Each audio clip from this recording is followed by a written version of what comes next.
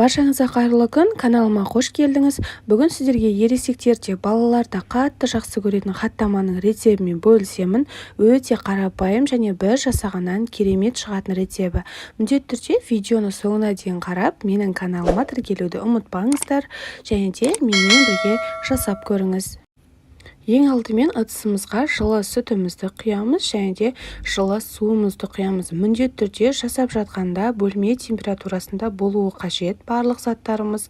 Кішкене ғана тұзымызды және бір шай қасыққа толтырмай ашытқымызды жақсылап салып, вилканың немесе венчиктің көмегімен жақсылап араластырып аламыз. Жақсылап араластырып алғаннан кейін үстіне осылай ұнымызды саламыз. Ұныңызды илектен өткізбесеңіз де болады.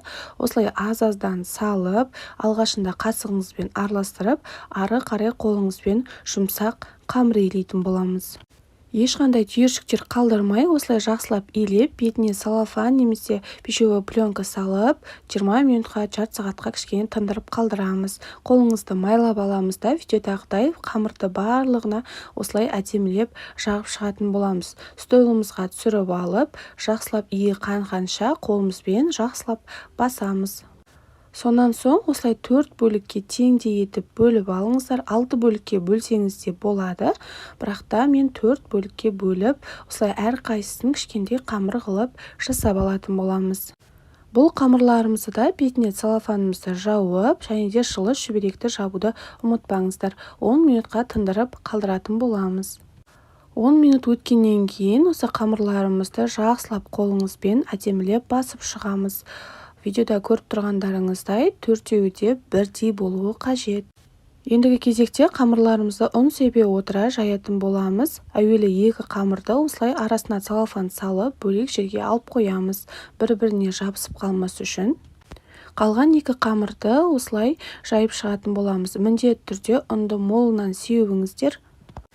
Өйткені екі бірдей қамырды бірден илейтін болғандықтан оқтауымызға жабысып қалуы мүмкін. Сондықтан ұнды барынша молырақ сеуіңіз қажет. Құрметті менің көрерменім, менің каналымда өте оңай неше түрлі үй жағдайында жасалатын нандардың рецебі бар.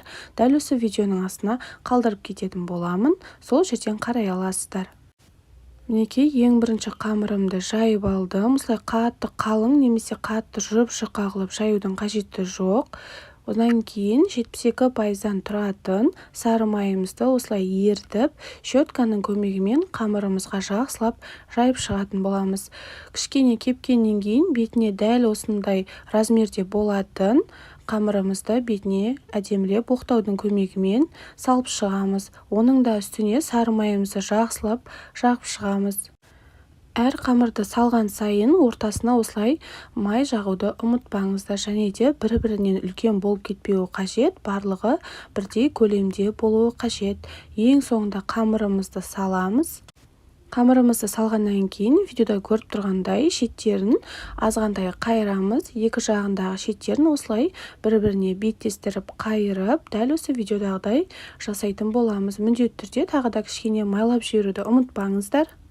Хаттамаңыз қытырлақ әрі өте дәмді, қатпарлы болып шыққанын қаласаңыз, міндетті түрде 72-82% сары майды қолданыңыз. Барлығын жақсылап орап болғаннан кейін, видеода көріп тұрғандарыңыздай ортасынан пышақпен кесіп, қамырыңызды созып жіберіңізде, қолыңызбен әдемілеп орап шығыңыз. Осы жерде бір-бірден орап, екі күлше нан жасасаңыздар да болады, яғни екі қатпарлы нан жасасаңыздар да болады, бірақ та мен үлкен біреуін жасайын деп шешіп, осылай екеуін қосып жібердім. Орап болғаннан кейін қолыңызбен жақсылап басып, осылай созып шығамыз. Оқтаумен де жан-жағына қарай осылай созып шығатын боламыз. Пергамент қағазымыздың үстіне салып, бір жұмыртқаның сарысын бетіне жағып шығамыз. Құрметті менің көрерменім, егер менің видеом сізге ұнап, пайдалы болып жатса, менің каналыма тіркелуді ұмытпаңыз. Қазақша YouTube каналының алдыға қарай жылжуына сәл де болса өз үлесіңізді қосыңыз. Бетіне міндетті түрде күнжіт сеуіп, 180 градуста 30-35 минутта пісіріп алатын боламыз. Мінекей біздің хаттама нанымыз пісті, осылай қызарып, өте дәмді болып шығады. Иісі бүкіл үйді алып жатады.